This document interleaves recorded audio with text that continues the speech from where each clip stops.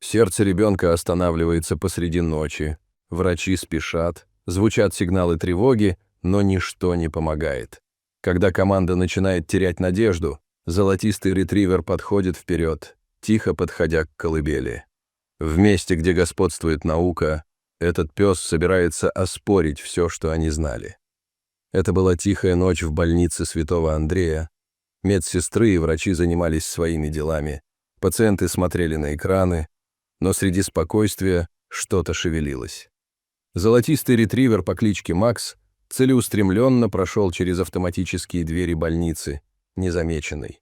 Его золотистая шерсть переливалась под ярким флуоресцентным светом, его мягкие коричневые глаза были полны сосредоточенности.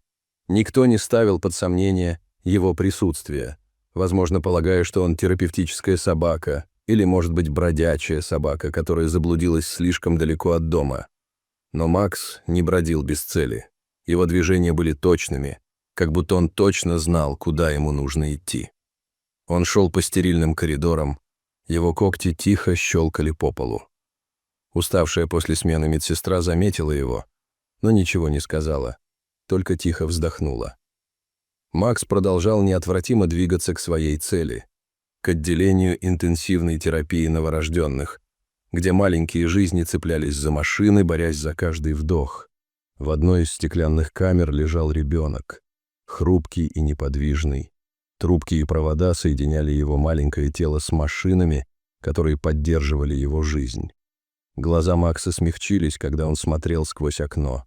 Он толкнул дверь носом и незаметно вошел внутрь, двигаясь так осторожно, что это казалось намеренным. Макс устроился рядом с кроваткой ребенка, свернувшись как можно ближе к оборудованию. Ритмичное пищание монитора сердечного ритма ребенка слегка смягчилось, почти незаметно. Загадка углублялась, почему Макс здесь, как он узнал, что прийти, и почему его присутствие казалось успокаивающим ребенка. Пока часы тянулись, медсестры продолжали свои раунды, не зная о тихой связи, которая формировалась в палате интенсивной терапии. Сердечный ритм ребенка, ранее нерегулярный, стабилизировался, машины стабильно пищали, сигнализируя о малых, но заметных улучшениях. Вне палаты интенсивной терапии медсестра Эмили глубоко вздохнула, потирая глаза. Это была долгая смена, и она была усталой эмоционально и физически. Она провела последние несколько месяцев, ухаживая за этим хрупким младенцем, бессильно наблюдая, как состояние ребенка колеблется между моментами надежды и отчаяния. Но этой ночью было что-то иное. Что-то в воздухе казалось более светлым, менее угнетающим. Она опиралась на стойку медсестры, и мысль потянула ее назад. Что-то было не так. Она встала, решив проверить ребенка еще раз перед окончанием смены. Эмили вошла в палату интенсивной терапии, и ее взгляд сразу уже упал на золотистую фигуру, свернувшуюся рядом с кроваткой. Она моргнула удивленная. Там, мирно лежащий рядом с ребенком, был Макс, ретривер, которого она видела ранее. Сначала ее инстинкт был прогнать его, вызвать охрану и удалить его из стерильной среды, но что-то удержало ее. Жизненные показатели ребенка были стабильны впервые за несколько дней. Осознание поразило ее сильно. Было ли это просто совпадением, или собака каким-то образом помогала? В воспоминании из ее прошлого мелькнуло в ее уме. Ее собственный ребенок, теперь подросток, тоже был когда-то в палате интенсивной терапии. В те отчаянные моменты она верила во все, что предлагала лучик надежды, даже в тихое присутствие собаки.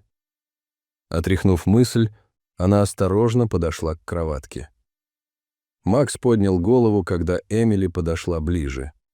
Его глаза были спокойны и устойчивы. Он не причинял вреда. На самом деле ребенок казался лучше, более спокойным. Сердце Эмили сжалось от внезапного потока эмоций: надежда, недоверие и тревожное чувство удивления. Она опустилась на колени рядом с кроваткой, осторожно коснулась руки ребенка. Маленькие пальцы дернулись под ее прикосновением, и Эмили застыла в горле. Это была необычная собака, и это была необычная ночь. Не понимая почему, Эмили позволила Максу остаться. Что-то в нем казалось правильным, как будто он принадлежал здесь, в этот момент, рядом с этим ребенком. Она встала, взглянув еще раз на монитор сердечного ритма, который теперь бил с успокаивающей регулярностью. Что бы ни происходило, это было нечто, что она не могла объяснить, пока не сейчас. Как ночь продолжалась, Эмили оставалась рядом. Ее взгляд переключался между спящей собакой и хрупким младенцем. Какая связь существовала между ними, она не знала, но впервые за несколько недель в ее груди вспыхнула искра надежды. Эмили не могла избавиться от ощущения, что происходило что-то, выходящее за пределы ее понимания. То, как Макс появился в больнице, незамеченный персоналом, проскользнув в палату интенсивной терапии, как будто он принадлежал туда, было слишком странным, чтобы игнорировать. Она оперлась о окно, глядя на городские огни внизу. Ум ее был полон мыслей, колеблющихся между логикой и интуицией. Ее взгляд вернулся к ребенку, чье состояние было таким хрупким. Сколько раз она стояла бессильно, наблюдая, как машины делали все возможное, чтобы поддерживать жизнь ребенка. Но сегодня ночью что-то чувствовалось иначе. Было ли это присутствие собаки? Могло ли такое быть возможным? Мысли Эмили возвращались к своему собственному прошлому, воспоминаниям, которые она не позволяла себе вспоминать годами. Годы назад Эмили была в похожей ситуации. Ее собственный сын лежал в больничной кровати, цепляясь за жизнь после тяжелого приступа астмы. Страх, бессилие были всеобъемлющими. Она помнила, как сидела рядом с ним, молясь за что угодно, что могло бы сделать его лучше. В те моменты отчаяние. Она была готова верить в чудеса. И ее сын выжил, но эмоциональные шрамы тех ночей так и не зажили полностью. Эмили посмотрела на Макса, который теперь мягко опустил голову на лапы, и его глаза время от времени открывались, чтобы проверить ребенка. Спокойствие и его поведение казалось почти сюрреалистичным. Эмили опустилась на колени рядом с ним, осторожно положив руку ему на спину. Теплота его шерсти под пальцами на мгновение укрепила ее. Ей сейчас не нужны были ответы, только доверие к своим инстинктам, которые подсказывали ей позволить Максу остаться. Персонал больницы, хоть и был скептичен, начал привыкать к присутствию Макса. Сначала были шепотки о том, что собака забредает в запрещенной зоне, и некоторые врачи выразили обеспокоенность. Однако Эмили тихо заступилась за него, предполагая, что, возможно, его присутствие положительно влияет на выздоровление ребенка.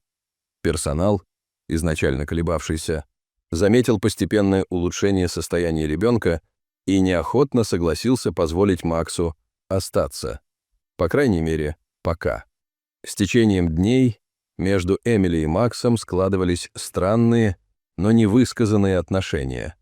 Это было не просто тихое сопровождение медсестры и собаки, это было что-то глубже. Каждую ночь Эмили ждала встречи с Максом, а она сидела рядом с ним, иногда разговаривая тихими тонами о своем дне, иногда просто опираясь головой на край кроватки ребенка, когда вес мира временно снимался благодаря тихому присутствию собаки. Верность Макса никогда не колебалась. Он оставался рядом с ребенком, не уходя далеко от кроватки, и по мере того, как Эмили становилась ближе к собаке, она не могла не заметить тонкие изменения в своих собственных эмоциях. Горе, которое она долго носила из-за почти смертельного опыта своего сына, казалось, утихало в присутствии Макса. Спокойствие, которое он излучал, было заразительным, принося ей чувство мира, которого она не испытывала годами. Их взаимодействие стало тихим ритуалом. Каждую ночь Эмили проверяла состояние ребенка, убеждаясь, что все стабильно, прежде чем садиться рядом с Максом, и каждую ночь Макс поднимал голову, наблюдая за ней теми мягкими, знающими глазами, как будто он понимал ее так, как никто другой не мог. В эти тихие моменты больница становилась больше, чем просто стерильное место. Это становилось местом, где могли формироваться маловероятные связи, где собака могла изменить все, не произнеся ни слова. Хотя никто не мог объяснить прогресс ребенка, Эмили знала, что Макс как-то связан с этим. Он был не просто собакой, он был спасательным кругом, и она больше не была готова отпускать его. Когда дни превратились в недели, Макс стал постоянным участником в отделении интенсивной терапии. Тихая защита Эмили и его присутствие удерживало его там, но ситуация становилась все более сложной. Больница была не место для бездомной собаки, и в конце концов администрация обратила на это внимание. Доктор Харрис, старший врач, известный своим строгим соблюдением протоколов, был первым, кто официально оспорил присутствие Макса. «Это больница, а не питомник», — сказал доктор Харрис однажды днем. Его голос был резким, когда он столкнулся с Эмили в комнате отдыха. «Я слышал истории, но мы не можем основывать медицинские решения на суевериях или сентиментальности». Эмили напряглась, чувствуя вес своей ответственности как перед больницей, так и перед ребенком. Она понимала перспективу доктора Харриса. В конце концов, больницы работают на данных и правилах, но Макс был другим. Она не могла объяснить это, но она знала в глубине души, что его присутствие связано с выживанием ребенка. Каждый раз, когда Макс был у кроватки, состояние ребенка стабилизировалось. Каждый раз, когда он уходил, мониторы показывали признаки беспокойства. «Вы видели графики?» — доктор Харрис ответила Эмили, сохраняя спокойный, но умоляющий голос. «Вы знаете, что ребенок улучшается, и Макс — часть этого. Мы не можем игнорировать это». Доктор Харрис скрестил руки, оставаясь неподвижным. «Нет доказательств того, что собака может исцелять пациента. Мы убираем его сегодня. Конец обсуждения». Сердце Эмили ушло в пятки. Она понимала, что больница связана правилами, но это уже было не только вопросом протоколов. Речь шла о жизни и смерти, о невидимых связях, выходящих за рамки медицинских учебников. Когда доктор Харрис ушел, Эмили села, охваченная чувством беспомощности. Макс был ее последней надеждой для ребенка, и теперь эта надежда ускользала. День, когда Макса должны были убрать из больницы, был напряженным. Эмили пришла рано, пытаясь оставаться профессиональной, но ее руки тряслись, когда она работала. Она не находила в себе смелости рассказать о судьбе Макса кому-либо, но здоровье ребенка снова ухудшалось, и тревога в отделении интенсивной терапии была ощутимой. Машины, которые дни были стабильными, теперь издавали неровные сигналы, предвещающие беду, которую никто не мог игнорировать. Эмили пошла проверить ребенка в последний раз, прежде чем Макса уведут, и, подойдя к кроватке, она увидела, что Макс уже там, лежит неподвижно, его глаза прикованы к ребенку. Он, казалось, чувствовал, что происходит, и Эмили разрывало сердце при мысли о том, что его выгонят. Вдруг монитор сердечного ритма ребенка издал резкий непрерывный сигнал асистолия. Комната наполнилась тревогой, медсестры вбежали, но сцена замерла, когда Эмили стояла и смотрела, как Макс поднялся со своего места, подошел к кроватке и мягко коснулся носом маленькой руки ребенка. Затем, как будто под воздействием невидимой силы, монитор вновь заработал, медленно, устойчиво возвращаясь к норме пульс ребенка. Комната замерла в тишине. Эмили задержала дыхание, не веря своим глазам. Персонал обменялся ошеломленными взглядами. Их медицинская подготовка не могла объяснить, что только что произошло. Доктор Харрис, пришедший, чтобы контролировать удаление Макса, стоял в дверях, как вкопанный. Его скепсис был потрясен, но он все еще не был убежден. «Мы не можем оставить его здесь на основании этого», — бормотал доктор Харрис, хотя его голос потерял обычную твердость. Но Эмили знала, что это не совпадение. Что-то большее было в игре, чего никто из них полностью не мог постичь. Когда Макс снова сидел у кроватки, спокойный и неподвижный, Эмили поняла, что собака была не просто посетителем. Он был частью борьбы ребенка за выживание, и его удаление теперь могло означать конец для обоих. Наступил переломный момент. Эмили должна была принять решение, и быстро. Напряжение в отделении интенсивной терапии было настолько сильным, что его можно было разрезать ножом. Макс спокойно сидел у кроватки ребенка, но остальной персонал был далек от спокойствия. Доктор Харрис уже вызвал охрану, и сердце Эмили колотилось в груди, когда она смотрела на дверь, опасаясь момента их прибытия, чтобы забрать Макса. «Мы должны действовать сейчас», — строго сказал доктор Харрис. «Это не может продолжаться дольше». Эмили ощущала вес его слов, но не могла себе позволить с ними согласиться. Ее разум работал быстро, когда она смотрела на Макса, который все еще тихо наблюдал за ребенком. Она знала, что если Макс уйдет, состояние ребенка снова ухудшится. Все в ее сердце говорило ей, что присутствие Макса жизненно важно, что это что-то большее, чем наука или разум. Когда охрана прибыла к двери, Эмили приняла свое решение. Она не могла позволить этому случиться. С всплеском решимости она подбежала к Максу и опустилась на колени рядом с ним, своим телом создавая барьер между собакой и охранниками. «Пожалуйста, не делайте этого», — умоляла она. Голос ее дрожал. «Вы все видели прогресс ребенка. Это настоящее. Мне все равно, нет ли научного объяснения. Макс помогает. Вы не можете его забрать». Комната затихла. Лицо доктора Харриса на мгновение смягчилось, но он оставался непреклонным. «У нас есть правила, Эмили. Это не предмет для обсуждения». Эмили посмотрела на него. Глаза ее наполнились слезами. «Тогда я беру полную ответственность», — сказала она. Голос ее теперь был уверенным. «Если что-то пойдет не так, это будет на мне. Но я не могу стоять в стороне и смотреть, как умирает этот ребенок, когда я знаю, что Макс — причина того, что он все еще жив». Долгое время никто не двигался. Наконец, доктор Харрис вздохнул, потирая во фрустрации виски. «Еще одна ночь», — пробормотал он. «Но это твоя ответственность». Облегчение накрыло Эмили, когда она обняла Макса, шепча тихое спасибо. Ночь тянулась медленно, каждая минута растягивалась, казалось, на часы. Эмили оставалась у кроватки, наблюдая за показателями жизнедеятельности ребенка, которые оставались стабильными, пока Макс тихо лежал рядом.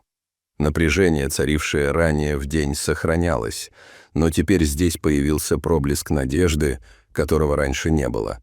К утру произошло нечто необыкновенное. Ребенок, состояние которого долгое время было критическим, впервые открыл глаза. Эмили охнула, сердце ее замерло. Она вызвала врачей, и они вбежали, глядя в недоумение, как ребенок медленно моргал, его маленькая грудь поднималась и опускалась в устойчивом ритме. Макс оставался у ребенка, спокойный, как всегда, но Эмили чувствовала изменения и в нем. Казалось, он знал, что его работа выполнена. Ребенок был вне опасности. Врачи проводили свои тесты, перебирая все возможные объяснения, но ни одно из их медицинских знаний не могло полностью объяснить внезапное улучшение состояния ребенка. Доктор Харрис, ранее скептически настроенный, стоял молча, глядя на ребенка. В его выражении промелькнуло легкое удивление. Он ничего не сказал, но тяжесть его сомнений, казалось, уменьшилась.